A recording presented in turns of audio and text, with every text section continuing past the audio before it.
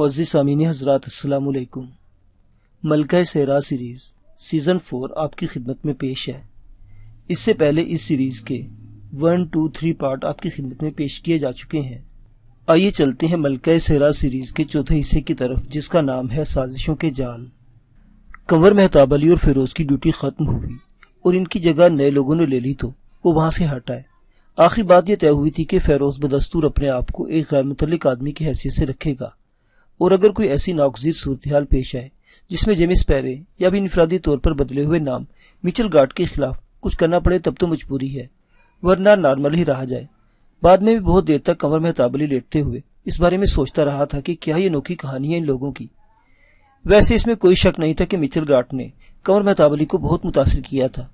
ماضی پر نظر ڈالی جاتی تو اس کی شخصیت میں کوئی ایسی بات بھی نظر نہیں آتی تھی جسے مجرمانہ سینت کا حامل کہا جائے۔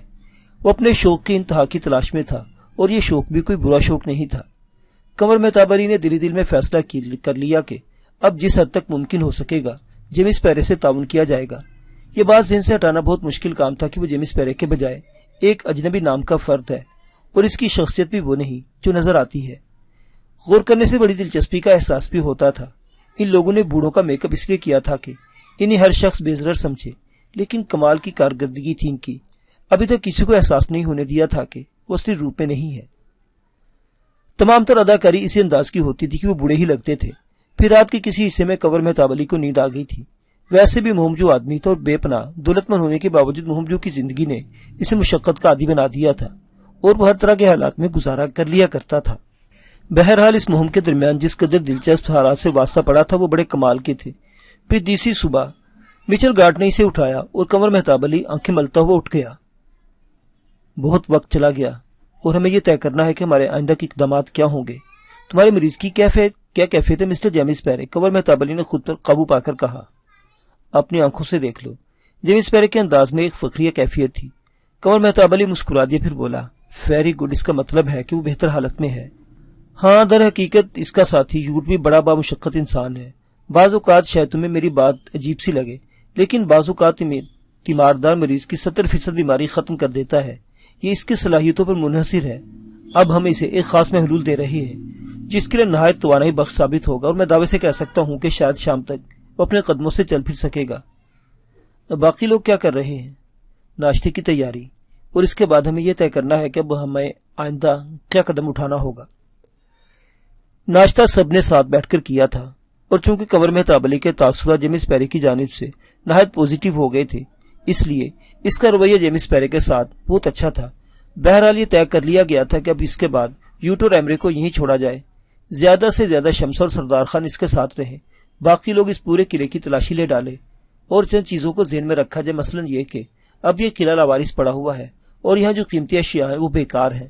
جہاں تک معلومات کا تعلق ہے تو یوٹ کی فراہم کردہ معلومات کے مطابق یہاں کا مالک بگ بورڈل تھا، اور بگ بورڈل اب اس دنیا میں نہیں ہے۔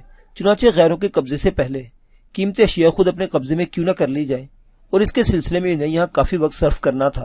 چنانچہ اس کی تیاریاں ہو گئی، اور دونوں گروہ قلعے کی تلاش کے لیے نکل پڑے۔ ایک پوری اطمینان رات گزر چکی تھی، اب یہ شبہ نہیں تھا کہ یہاں کچھ زندہ انسان چھپے ہوں گے۔ اس کے علاوہ جہاں تک سیگال کا تعلق تھا تو وہ بھی نکل چکا تھا، اور قلعے میں اس کے موجود رہنے کا کوئی جواز نہیں تھا۔ البتہ قلعے کے مختلف حصوں سے 3 انسانی لاشیں مزید دریافت ہوئی تھی، جو ایسی جگہ پر تھی جہاں آسانی سے نظر نہیں جا سکتی تھی۔ ان لاشوں کو بھی تدفین کر دی گئی۔ قلعے کے اندر اجناس کے انبار تھے، قیمتی اشیاء کا جہاں تک تعلق تھا تو ایسی کوئی چیز یہاں موجود نہیں تھی جو تنازع کا باعث ہوتی یا جس کے لیے ذہنوں میں چور آ جاتے۔ باقی مختلف قسم کی دوائیں جن کے بارے میں جیمس پیرے سے زیادہ اور کون جان سکتا تھا، لباس اور ایسی بہت سی اشیاء جو صرف زندگی گزارنے کے لیے کافی ہوتی ہیں۔ بگ بورڈر یقینی طور پر ایک فقیر منش تھا۔ اس نے لوگوں کو بھلائی کے لیے بہت سا سامان جمع کر رکھا تھا۔ برائی کے لیے کوئی چیز یہاں موجود نہیں تھی، جیسے سونا، ہیرے۔ حالانکہ صحرا اعظم کے اس خطے میں رہنے کے بعد ان لوگوں ان چیزوں کے آبار لگا لینا بھی کوئی مشکل کام نہیں تھا، لیکن پادری ٹائپ شخص نے ایسا کوئی جھگڑا اپنے سر نہیں ڈالا تھا۔ تلاشی کا یہ کام دن کو کچھ 12:30 بجے تک جاری رہا، اور انہوں نے سارے معاملے مکمل کر لیے۔ آگے کے سفر کے اچھے لباس ضروری تھے جنہیں قبضے میں لے لیا گیا، اور اجناس کے ایسے پیکٹ بنا لیے گئے جنہیں دوران سفر بآسانی استعمال کیا جا سکے۔ باقی اور کوئی چیز ایسی نہیں تھی جو یہاں سے لے جانا ضروری ہوتا۔ بعد میں یہ طے کیا گیا کہ یہاں سے جاتے ہوئے قلعے کا دروازہ کھلا رہنے دیا جائے، تاکہ بگ بورڈل کے نام پر کوئی بھی یہاں پہنچنے کے بعد یا کی اشیاء کو استعمال کر سکے، لیکن وہ اشیاء جو لے جانے کے قابل نہیں تھی، خاص طور سے ان کے لیے ان کا وزن سنبھالنے کے لیے کوئی انتظام نہیں تھا۔ بہرطور یہ سارے مسئلے حل ہوتے رہے۔ ابھی یہاں سے جانے کا تصور اس لیے کیا جا سکتا تھا کہ کاف ایمرے سفر کی پوزیشن میں نہیں تھا، پھر اس سے گفتگو بھی کرنی تھی، جبکہ ابھی تک عام لوگوں کا اس سے کوئی تعارف نہیں ہو سکا تھا۔ ہاں، قلعے کی تلاشی لینے والوں کا یہ گروہ اپنے دوسرے مرحلے سے گزرنے کے بعد اس وقت جب سورج جھک رہا تھا اپنی منتخب کردہ جگہ پر پہنچا تو انہوں نے یوٹ اور کاف ایمرے کو چہل قدمی کرتے ہوئے دیکھا۔ وہ دونوں نے دیکھ کر ان کا استقبال کے لیے آگے بڑھائے، اور اس وقت بھی کاف ایمرے اس قدر حسین نظر آ رہا تھا کہ قمر مہتاب علی ہدایت اللہ سے کہے بغیر نہ رہ سکا۔ یہ شخص افریقہ کے ایسے خطے کا باشندہ ہے جسے بالکل اندرونی علاقہ کہا جا سکتا ہے، لیکن امریکہ میں رہ کر اس کی شخصیت میں ایک انوکھی کشش پیدا ہو گئی ہے۔ ویسے اس میں کوئی شک نہیں کہ امریکن لڑکیوں نے تو اس کے لیے باقاعدہ محاذرائی کی ہوگی۔ اب بھی تمہیں یہ باتیں یاد آتی ہیں؟ خیر، زندگی کے ان دلکش لمحات کو تو کبھی بھولا نہیں جا سکتا جو اپنی زندگی کی آخری سانس تک یادوں کی شکل میں مزہ دیتے ہیں۔ اتنی دیر میں یہ سب کاف ایمرے کے پاس پہنچ گئے تھے۔ وہ سنجیدہ نگاہوں سے انہیں دیکھتا رہا اور پھر اس نے بڑے ادب سے انہیں سلام کیا کہ مسٹر ایمرے، اب آپ کیسے ہیں؟ آپ کی مسیحائی نے حیرت انگیز اثر دکھایا ہے، ورنہ زخموں سے چور ہونے کے بعد میں نے اپنے دل میں فیصلہ کر لیا تھا کہ زندگی کے اختتام کیا ہی انوکھی جگہ ہوا ہے۔ البتہ ہم زندگی اور موت کا صحیح تعین نہیں کر سکتے کیونکہ یہ مسئلہ کہیں اور طے ہوتا ہے۔ بالکل مسٹر ایمرے، آپ کو چلنے پھرنے میں کوئی تکلیف تو نہیں ہو رہی؟ آپ یقین کیجئے، اگر میرے والد مجھے اجازت دیں کہ میں گھوڑے کی سواری کروں تو میرا خیال ہے میرے لیے مشکل نہیں ہوگی۔ جدید امریکہ میں لاتعداد طریقہ علاج ہے، لیکن کسی ایسے شخص کو اپنے قدموں پر کھڑا کر دینا ابھی تک وہاں بھی کسی مسیحا کے لیے ممکن نہیں ہو سکا جس کے جسم کا اتنا زیادہ خون بہہ چکا ہو۔ آپ کو اپنے والد سے تعارف حاصل ہے؟ ہاں، میرے دوست یوٹ نے مجھے مسٹر جیمس پیرے کے بارے میں کچھ بتایا ہے، اور جناب حیرتناک بات ہے کہ سر جیمس پیرے کا نام میرے لیے اجنبی نہیں۔ کچھ ایسے معاملات میں یہ نام میرے علم میں آیا تھا جن کا تعلق ہر چند کے مجھ سے نہیں تھا، لیکن جن سے تھا وہ بہرحال میرے لیے محترم لوگ تھے۔ پھر سب ایک جگہ بیٹھے۔ یوٹ نے پورا لباس پہن لیا تھا اور اس کے لباس میں بڑا مذاکرہ خیز نظر آتا تھا۔ چھوٹے قد کا محترم آدمی جس کے چہرے پر سنجیدگی طاری تھی۔ بیٹھنے کے بعد جیمس پیرے نے کہا، تمہارے زخموں کے منہ بند ہونے میں کچھ وقت لگے گا ڈیر ایمرے۔ ہم بخوشی یہ وقت تمہارے ساتھ گزارنے کے لیے تیار ہیں، اور ہمیں اس پر کوئی تردد نہیں ہے کہ ہمارے آگے کے سفر کا سلسلہ منقطع ہو گیا ہے، لیکن ہم میں سے ہر شخص اب یہ جاننے کا متمنی ہے کہ تمہارا آئندہ پروگرام کیا ہے۔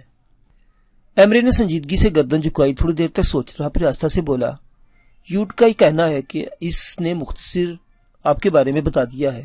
بات مختصری بہتر ہوتی ہے۔ آپ کو میری اصلیت، میری حقیقت کا علم ہو گیا ہے۔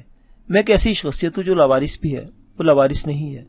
اصل میں بعض اوقات کوئی نظریہ ہی زندگی کا حامل بن جاتا ہے، اور اس کے بعد اگر نظریہ ختم ہو جائے تو زندگی ہی ختم ہو جاتی ہے۔ میرے دل میں بچپن ہی سے یہ خیال اور تجسس تھا کہ اپنی دنیا، اپنا ماحول دیکھوں، اور میرے سرپرست اعلیٰ، بلکہ اگر میں نے اپنا باپ بھی کہوں تو مجھے کوئی اور محسوس نہیں ہوگی۔ مسٹر لیمی برانڈ دوستوں کے مانند مجھے میرے وطن کے بارے میں بتاتے رہے اور میرے دل میں اس کے تجسس پیدا کرتے رہے۔ پھر ایما برانڈ کو میری زندگی میں شامل کر دیا گیا، اور اس کے لیے تمام تر پسند کے باوجود میں نے اس کے والد کی رضامندی کو مد نگاہ رکھا۔ پھر میرے ہی شوق کی تکمیل کے لیے مسٹر لیمی برانڈ جان دے بیٹھے، اور ایلیما اس بردہ فروش کے ہاتھ لگ گئی۔ جناب علی، میں اپنے سچائی کے لیے کوئی ثبوت نہیں رکھتا، لیکن ایلیما کی زندگی بچانا میرے لیے وہ درجہ رکھتا ہے جسے آپ ایمان کہہ سکتے ہیں۔ ٹھہرا پروقار انداز، چمکدار آنکھوں میں ایسا عزم جیسے کائنات کی تسخیر بہت آسان ہو۔ سب اس کی شخصیت سے متاثر ہوئے۔ ہدایت اللہ نے پوچھا، لیکن سیگال کی تلاش آسان تو نہیں ہوگی؟ یقیناً، لیکن ناممکن نہیں، کیونکہ اس کا وجود ہے۔ اس نے جواب دیا، معاف کرنا ایمرے، وہ بردہ فروش ہے۔ تمہارے پہنچنے سے پہلے اس نے ایلیما کو فروخت کر دیا، تو وہ کسی کے ہاتھ تو فروخت کرے گا۔ ہاں، یقیناً میں اسے تلاش کروں گا۔ بے شک تم اسے پالو گے، جیمس پیری نے اعتماد سے کہا، پھر بولا، ہم تمہاری کیا مدد کریں؟ میرے پاس تھوڑی سی کرنسی ہے، لیکن مجھے کچھ اسلحہ درکار ہوگا۔ اگر مل جائے، ممکن نہ ہو تو کوئی حرج نہیں ہے۔ گھاس کے ایک تنکے کو صحیح اور بر وقت استعمال کر لیا جائے تو بہترین اسلحہ ہوتا ہے۔ اس کے علاوہ سر، میں یہاں کچھ کاٹ کباڑ سمیٹوں گا جو یہاں تو پڑا سڑ جائے گا، لیکن نادار بستیوں میں رہنے والوں کے لیے بہت کارآمد ہوگا۔ اس سے افریقی بستیوں میں مجھے ضرورت کی اشیاء مل جائیں گی۔ نہیں، تمہیں بہترین اسلحہ بھی دیا جائے گا۔ اس کے علاوہ تم مطمئن رہو، تمہیں کہیں چھوڑیں گے بھی نہیں۔ آپ یقین کریں، میں اپنی آگ میں تنہا چلنا چاہتا ہوں۔ آپ نے جو احسان مجھ پر کیا ہے وہی میرے لیے بہت ہے۔ بہرحال اس کا فیصلہ بعد میں کر لیا جائے گا، پہلے تم صحت مند ہو جاؤ۔ آج کا دن کوئی بھی اور کچھ نہیں کرنا چاہتا تھا، چنانچہ سب سیر کرتے رہے۔ قلعے سے باہر جانے کی کوشش کسی نے نہ کی، لیکن دروازے کے ساتھ اوپر جانے کے لیے ایک مچان بنا ہوا تھا، یہاں سے دور تک مناظر دیکھے جا سکتے تھے، اور تقریباً سبھی نے اوپر جا کر دور دور تک جائزہ لیا تھا۔ جیمس پیری نے ایمرے سے غفلت نہیں برتی تھی اور اسے مختلف دعائیں دیتا رہا تھا۔ رات کو پھر صبح جمی اور اس موضوع پر بات شروع ہوئی کہ اب کیا کرنا چاہیے۔ اس وقت جیمس پیری کی بات نے چند لمحات کے لیے سب کو حیرت میں ڈال دیا۔ پیری نے کہا، کاف ایمرے کا مشن ایک انوکھی نوعیت کا حامل ہے، میں اس کا ساتھ دینا چاہتا ہوں۔ میں سمجھا نہیں مسٹر پیری، لارک اینجلو بولا۔ جیمس پیری کچھ دیر خاموش رہا، پھر اس نے کہا، یہاں اس قلعے میں رہنے کے بعد ہمارے درمیان جو مفاہمت ہوئی ہے اس نے بہت سے نئے باب کھولے ہیں، ایسے انوکھے واقعات ہوئے ہیں جو اپنی نوعیت کے منفرد ہیں، ان سے ہمیں کچھ اور مواقع بھی ملے ہیں۔ مثلاً میں جھوٹ نہیں بولنا چاہتا، میں نے فیصلہ کیا ہے کہ میں ایمرے کے ساتھ مل کر ایلما برانڈ کو تلاش کروں، ممکن ہم اس کوشش میں کامیاب ہو جائیں۔ اگر یہ کوشش کامیاب ہو گئی تو میں ایمرے سے درخواست کروں گا کہ وہ مجھے ٹاری ویگا لے جائے۔ ممکن ہے ٹاری ویگا بھی ایسی دولت سے مالا مال ہو جیسی دولت نیل کنٹھ کے نام سے منسوب ہے، یا یہ بھی ممکن ہے کہ وہاں پہنچ کر ہم نیل کنٹھ کی دولت کے حصول کے لیے کوئی مؤثر طریقہ دریافت کر لیں۔ میں اب اس رخ سے کوشش کرنا چاہتا ہوں۔ آپ لوگوں کا مشن اگر مختلف ہے تو آپ اس کی تکمیل کریں، مجھے میرا راستہ مل گیا ہے۔ سب ساکت رہ گئے۔ یہ ایک انوکھا خیال تھا۔ مائیکل بائر نے کہا، گویا اب آپ ہم سے چھٹکارا چاہتے ہیں۔ شاید نہیں، لیکن اگر آپ مجھ سے متفق ہوں تو میرا ساتھ دیں، ہم اور منظم اور مؤثر ہو جائیں گے۔ آپ اس کے لیے بھی تیار ہیں؟ ہاں، اگر ایمرے ہمارا ساتھ اختیار کرنے کے لیے تیار نہ ہو تو میں اس کا تعاقب کروں گا، اور بعد میں وہ ٹاری ویگا نہ جانا چاہے تو ہم اسے وہاں کا راستہ دریافت کریں گے اور اس طرح نیل کنٹھ پہنچ جائیں گے۔ لیکن اخبار کی کہانی جس میں روایت کا تذکرہ کیا گیا ہے، آپ وہ کیسی پوری کریں گے؟ بے شک وہ روایت نہیں پوری کی جا سکتی، لیکن ہم اپنے مشن کے لیے آخری کوشش تک کر لینا چاہتے ہیں۔ یہاں کب تک قیام کیا جائے گا؟ یہ ایمرے کی صحت یابی پر ہے، جب بھی وہ سفر کے قابل ہو جائے۔ اس کے بعد یہ میٹنگ ختم ہو گئی، لیکن بعد میں ہدایت اللہ گروپ سر جوڑ کر بیٹھ گیا۔ یہ جیمس پیری کی نئی کروٹ ہے، اسے ایمرے کی شکل میں اپنا مقصد نظر آ گیا ہے، لیکن اس سے جو کچھ کہا ہے نہایت صاف گوئی سے کہا ہے۔ وہ اس بات کو لپیٹ بھی کر سکتا تھا۔ اس نے بہترین پالیسی اختیار کی، جبکہ ہم نے اب تک اس سے یہ قرار نہیں کیا کہ ہم وہی کردار ہیں یا نیل کنٹھ کے بارے میں کچھ جانتے ہیں۔ اب کیا کریں؟ اسے جہنم میں جھونکو۔ ان بوڑھوں کو ہمارے ساتھ رہنا کیا معنی رکھتا ہے؟ مائیکل بائر بولا۔ بڑی کارآمد شخصیت ہے، یوں سمجھ لو کہ ہزاروں مشکلات کا حل ہے اس کے پاس، ریٹا ہاروے بولی۔ مثلاً ارے وہ بہترین معالج ہے، بہترین سرجن ہے، تو کیا ہم یہاں بیماریوں کے علاج کے لیے آئے ہیں؟ مائیکل بائر نے جھلائے ہوئے لہجے میں کہا۔ تمہاری مرضی، میں نے تو ایک تجویز پیش کی ہے، ریٹا ہاروے نے شانیں ہلا کر کہا۔ یہ تو ایک حقیقت ہے کہ ہم اس کے بغیر ہی یہ سفر کر رہے تھے، اور اسی طرح یہ سفر جاری رہے گا۔ اس کے علاوہ نیل کنٹھ میں وہ مقصد حاصل کر لینا اتنا آسان بھی نہیں۔ اس سے میری رائے ہے کہ اگر جیمس پیری خود ہم سے الگ ہو رہا ہے تو اسے ہونے دو، لارک اینجلو نے کہا۔ کیوں دوستو، کیا خیال ہے؟ جو سب کی رائے۔ تو پھر میرا خیال ہے کہ اب یہاں وقت ضائع کرنے سے کوئی فائدہ نہیں، ہمیں کل صبح یہاں سے نکل جانا چاہیے۔ بالکل ٹھیک ہے، یہ آخری فیصلہ ہے۔ کسی گفتگو کے ذریعے اس میں ترمیم کی گنجائش تو نہیں ہے؟ اصولی طور پر تو نہیں ہونی چاہیے۔ اوکے، فیصلہ ہو گیا۔ لیکن رات کو دوسرے پہر قمر مہتاب علی نے سوتے ہوئے فیروز کو جگایا اور بولا، مجھے تم سے اہم گفتگو کرنی ہے فیروز۔ ضرور سر، خیریت ہے؟ ہاں خیریت تو ہے، لیکن حالات میں کچھ الجھی ہوئی تبدیلیاں ہوئی ہیں۔ کیا؟ فیروز نے پوچھا، اور قمر مہتاب علی سے تفصیل بتانے لگا۔ پوری تفصیل سن کر فیروز سوچ میں ڈوب گیا۔ دیر تک خاموش رہنے کے بعد اس نے کہا، میرا اب کیا کردار ہے سر؟ یہی میں بھی سوچ رہا ہوں، ایک رائے دوں؟ ہاں بولو۔ آپ مجھے اس کے ساتھ رہنے دیں۔ صحرا اعظم کی وسعتوں میں ہم ایک دوسرے سے زیادہ دور نہ رہیں گے۔ میں آپ کو ان کے بارے میں آگاہ رکھوں گا، اور اگر کبھی ہمارے درمیان فاصلہ اتنا بڑا کہ اسے عبور کرنا ممکن نہ ہو تو میں بھاگ کر آپ کے پاس آ جاؤں گا۔ یہ انوکھی بات ہے، ایسا آسانی سے ممکن نہیں ہوگا، قمر مہتاب علی نے اس سے کہا۔ آپ یقین کریں سر، مجھے اس شخص سے عقیدت ہو گئی ہے، میں اسی کا ساتھ دینا چاہتا ہوں، فیروز نے کہا۔ کیا تم سچ کہہ رہے ہو؟ جی قمر صاحب۔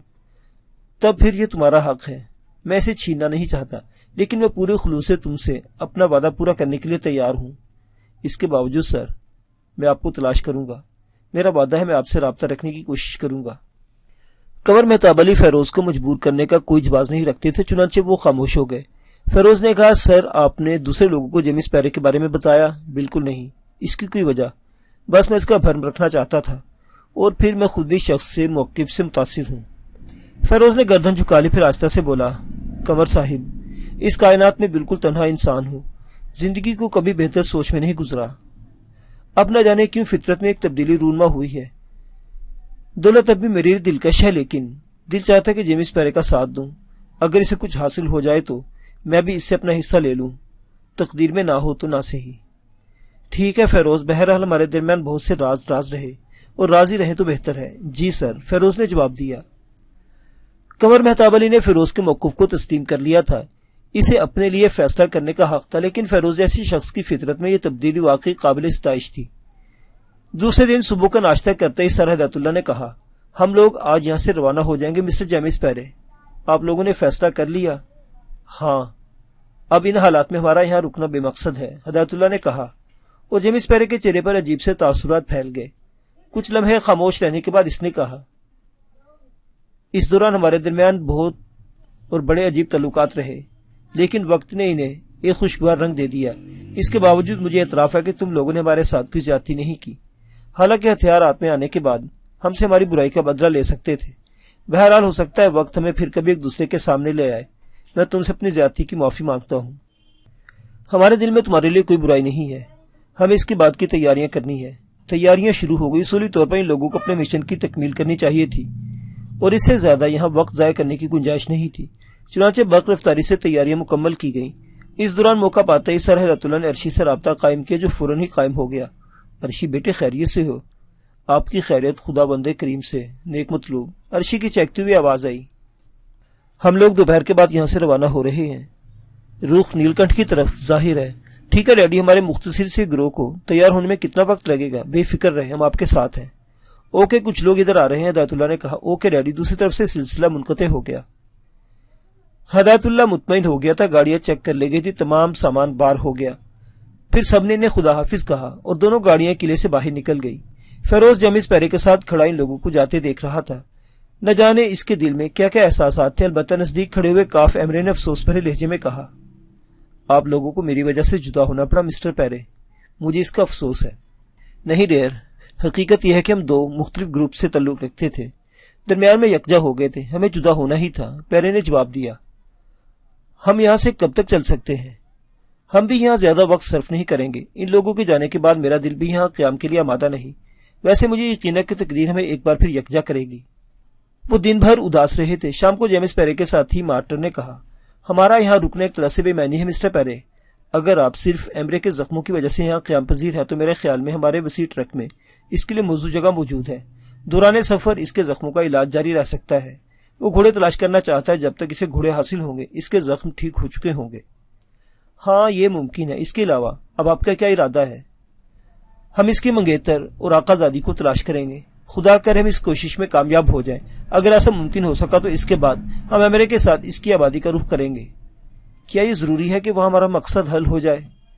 افریقی قبائل ان قیمتی پتھروں، سونے چاندی کے ذخائر سے مالا مال ہیں اور انہیں کوئی اہمیت نہیں دیتے۔ فرض کرو کہ ہمارا مقصد وہاں سے پورا نہیں ہوتا تو بھی نیل کنٹھ اور ٹاری ویگا جڑواں آبادیاں ہیں۔ ہم آج رات ایمرے سے اور معلومات حاصل کریں گے۔ اس رات ایمرے سے زیادہ صاف گوئی سے بات ہوئی اور جیمس پیرے نے اپنے مافیوز ضمیر سے آگاہ کیا۔ ایمرے سے بہت متاثر ہوا تھا۔ اس نے کہا، کاش اس مقدس مہم میں میں آپ کا ساتھ دینے کے قابل ہو سکوں مسٹر پیرے، لیکن اس وقت میرے خیالات ایلما برانٹ کی طرف جاتے ہیں۔ ان دو مشنوں پر ہم تمہارے ہم رکاب ہوں، لیکن کیا اپنی مہم میں کامیاب ہو سکو تو میرا ساتھ دو گے؟ دل و جان سے، ایمرے نے جواب دیا۔ دوسرے دن صبح سورج چمکنے کے بعد سب معمولات میں مصروف تھے کہ اچانک جیمس پیرے کے دو ساتھی بوڑھے دوڑتے ہوئے نظر آئے۔ وہ بری طرح بھاگتے اس طرف آ رہے تھے۔ ضرور ان کے پاس کوئی انوکھی خبر ہے، جیمس پیرے نے کہا اور ان کے قریب آنے کا انتظار کرنے لگا۔ آنے والے ہانپتے ہوئے ان کے قریب آ گئے تھے۔ کیا بات ہے؟ جیمس پیرے نے گھورتے ہوئے پوچھا۔ مسٹر پیرے، وہ گھوڑوں پر سوار ہیں، ان کا رخ اسی جانب ہے۔ اوہ، کتنی تعداد ہے؟ پیرے نے سوال کیا۔ مختصر 8-10 سے زیادہ نہیں ہوں گے، وہ مسلح بھی ہیں، پیرے کے ساتھی نے جواب دیا۔ فاصلہ کتنا ہے؟ ابھی بہت دور ہے، سنا ہے کہ ڈھلانوں میں ہے، ہم نے بھدی سے دیکھا ہے۔ ابھی وہ مچان عبور کریں گے، پھر بلندی سے گزر کر قلعے کے سامنے آئیں گے۔ پیرے اپنی جگہ کھڑا ہو گیا۔ اس نے مارٹن کو آواز دی اور قریب کھڑے ہوئے فیروز سے پوچھا، کیا مجھے اس سلسلے میں فیصلہ کرنے کی اجازت ہے؟ میں سمجھا نہیں مسٹر پیرے، فیروز حیرت سے بولا۔ اگر وہ سیگال اور اس کے ساتھی ہیں تو پھر تقدیر میری منزل آسان کرنا چاہتی ہے۔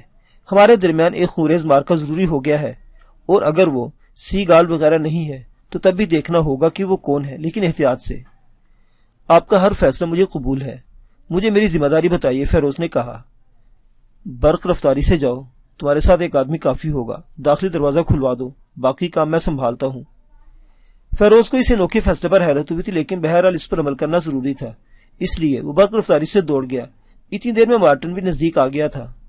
مسٹر مارٹن، ہمارے پاس وقت نہ ہونے کے برابر ہے، جس قدر جلد ہو سکے پہلے ٹرک کو آخری حصے میں چھپا دو، اس کے بعد مختلف مورچے سنبھال لو، تمام لوگوں میں ہتھیار تقسیم کر دو، اور سب سے کہہ دو کہ پہلی گولی میں چلاؤں گا، اس سے پہلے کوئی گولی نہیں چلائے گا۔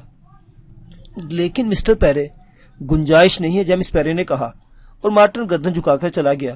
اطلاع دینے والوں نے بروقت اطلاع دی تھی۔ یہ شخص برق بن گیا۔ جیمس پیرے نے خود کاف ایمری کی ساری صورتحال بتائی، اور اس نے گھٹے گھٹے لہجے میں کہا، مسٹر پیرے، مجھے اسلحہ چاہیے۔ اسلحہ تمہیں نہیں، یوٹ کو دیا جائے گا، اور یوٹ میں نے اپنے ساتھیوں کو ہدایت کی ہے کہ جب تک میں گولی نہ چلاؤں کوئی گولی نہ چلائی جائے۔ اس وقت میں بھی تمہیں اپنا ساتھی سمجھتا ہوں۔ آپ کے حکم کی تعمیل ہوگی سر، یوٹ نے مستعدی سے کہا، اور سارے کام اس برق رفتاری سے ہوئے کہ جس کی داد دینے والا اس وقت کوئی نہیں تھا۔ قلعے کی طلسمی فضا میں ایک پراسرار سناٹا چھا گیا، سانسوں کی آواز تک سنی جا سکتی تھی۔ مورچے کے عقب میں مستعد آنکھیں ماحول کی نگراں تھی، اور اب گھوڑوں کے ہی نانے کی آوازیں سنائی دینے لگی تھیں۔ آنے والے شاید قلعے کے بالکل قریب آ گئے تھے۔ معزز سامعین حضرات، یہ داستان ابھی جاری ہے، بقیہ واقعات اگلی قسط میں۔ دیکھتے رہیے اردو داستان۔ اللہ حافظ۔